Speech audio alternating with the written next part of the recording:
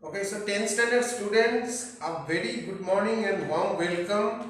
Okay, so now we are in the economics part.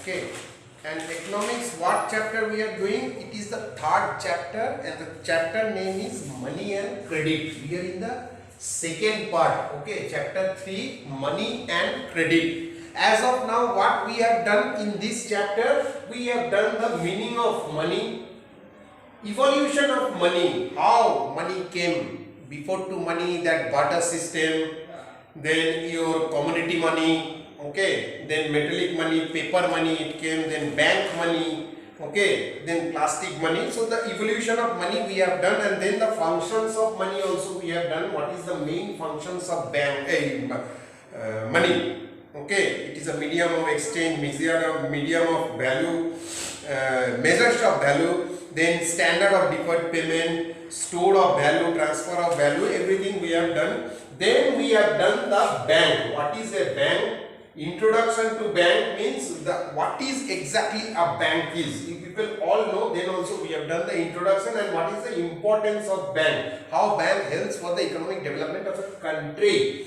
Then we have straightly gone to RBI, that is the bankers bank, mothers bank, central bank. Every country is having a central bank. In India it is known as RBI. Same, central bank. Central bank means the bank which is in the center and who will be regulating all others bank, and also the financial crisis and all the activities within the country.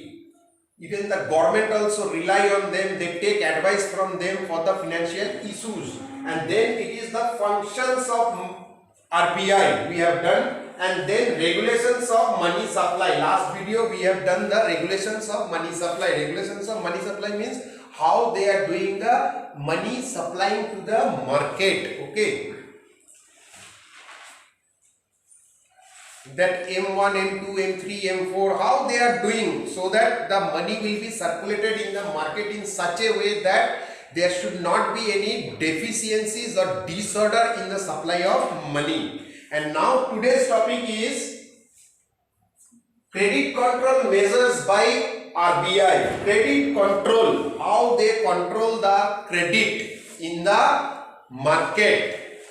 The credit control measures by RBI are broadly classified into two categories. They are mainly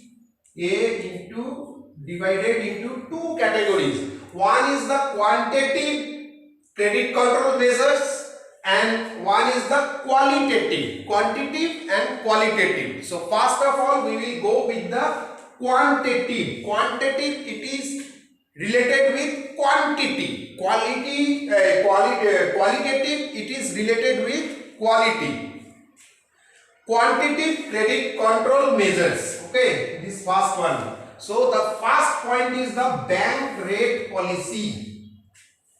The quantitative credit control measures directly affect the quantity of money available to the market. Okay, quantity of money, how much money is pumped up into the market, it is connected with that thing. Okay, they comprise the following. What are they? The first is the bank rate policy.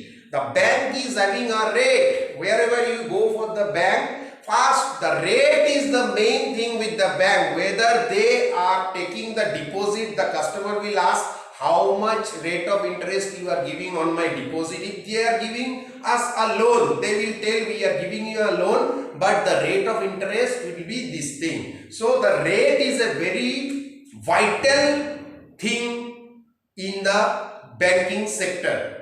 The bank rate is the rate at which the RBI, but here it is not between the customer and the bank, it is between the bank and the RBI, because here these credit control measures by RBI only. RBI deals with the bank only, they don't deal with the normal customers and all. Okay, these all banks are customers, you can say these all banks are the customers of RBI. The bank rate is the rate at which the RBI lends funds to bank. Okay, RBI also gives money to, like we take money from bank, like that bank also take money from RBI. So that time bank also gives them the money, but they also impose some charges, that is the rate of interest. The bank rate is the rate at which the RBI lends funds to bank. This affect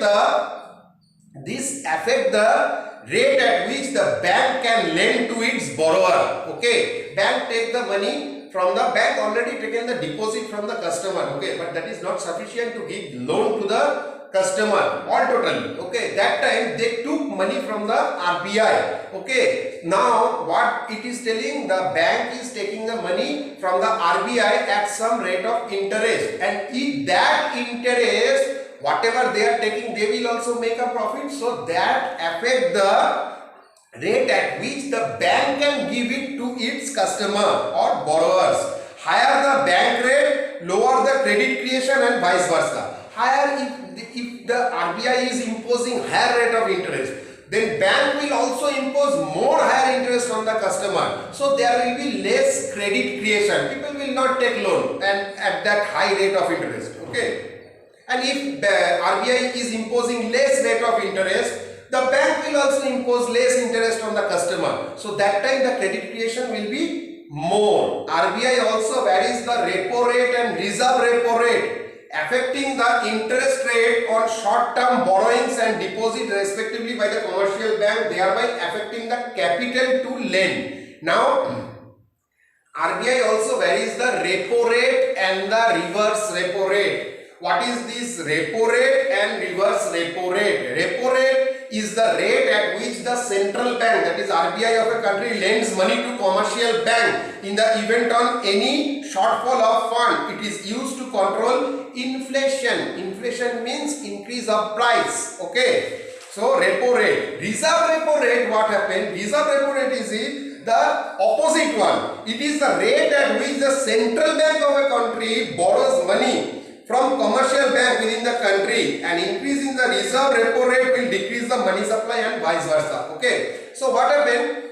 Even this RBI also sometimes for the government securities purpose, if they want more money, they will also take money from this commercial bank. Okay. That time bank also will impose some interest on RBI. That is known as repo rate, means the rate at which the RBI is giving the money to the bank, and reserve repo rate, reverse repo rate is the rate at which the banks are giving the money or loan to RBI. So here what is this? RBI also varies the repo rate and reserve repo rate, affecting the interest rate on short-term borrowings. Okay, if the banks are taking the money for a short term, they may vary the loan interest rate. If it is 6%, they can tell, okay, if it is for short term, okay, you can give it for 5.90. Okay, like that. So variation will be there, and it can done by Reserve Bank only, affecting the interest rate on short term borrowings and deposits respectively by the commercial banks, thereby affecting the capital to lend. Okay, if it is for long time, they will impose less interest, RBI, because money will be there with them, no? So they can also, that RBI can, you see, that's why if you are doing a fixed deposit in the bank for 3 years, you will get an interest. Okay, if you are going for 5 years, you will get more interest. The more the tenor you will choose, the more interest rate bank will give.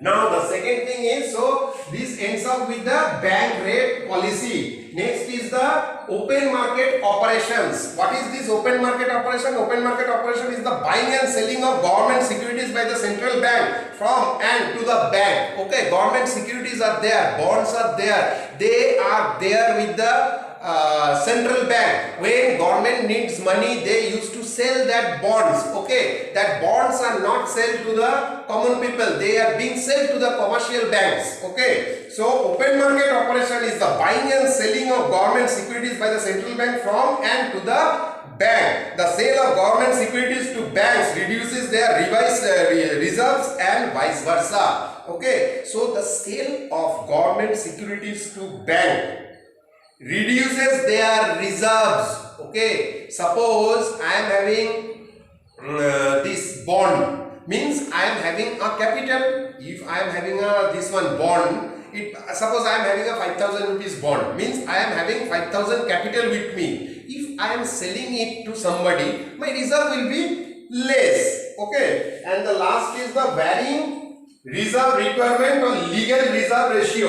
Okay, the third one is the legal reserve ratio. What is this legal reserve ratio? Banks are obliged to maintain reserve with the RBI in two accounts. Okay, bank have to maintain. Suppose I have opened an account with the bank. What I have to do? I have to maintain a minimum balance. Like that only, all the banks, when they go for RBI to open an account, because they will be doing the operations in the common with the common people, that time they also have to maintain a balance, a reserve there. So banks are obliged to maintain reserves with the RBI in two accounts. What are these two accounts? One is the CRR. CRR is cash reserve ratio. Okay, and the other is statutory legal liquidity ratio. Now, what is CRR and what is your SLR? I will tell you. CRR is cash reserve ratio. The ratio of the deposit which the banks are required to keep with RBI is the CRR. Okay,